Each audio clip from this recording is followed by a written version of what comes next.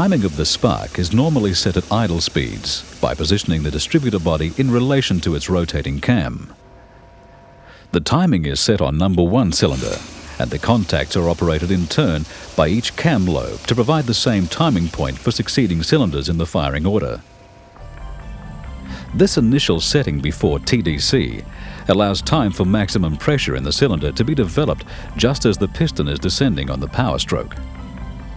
However, as engine speed increases, there is less and less time for the mixture to be ignited and for this maximum pressure to be developed. So the ignition point has to be advanced. This must occur automatically in relation to engine speed and engine load. The speed-sensitive mechanism is a centrifugal type, which is located beneath the distributor base plate and rotates with the distributor cam. As engine speed rises, the flyweights on the advanced mechanism are thrown outward by centrifugal force. Since the cam is able to pivot on the distributor shaft, the weights act against their springs and move the cam forward.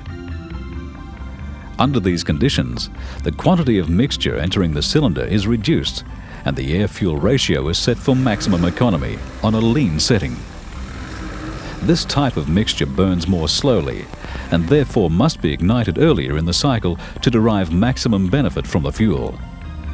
The load-sensitive mechanism is a vacuum advance unit which is operated by intake manifold vacuum via a port on the carburetor or the fuel injection throttle body.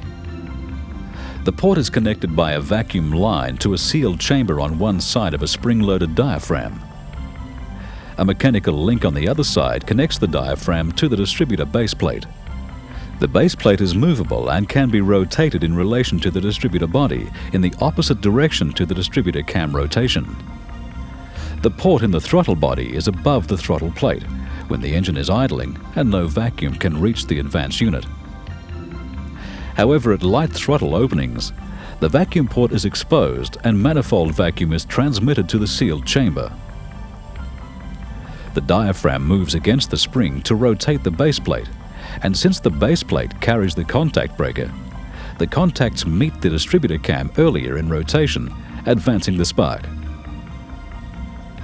As the throttle is opened wider, there is less vacuum effect in the manifold and consequently less vacuum advance.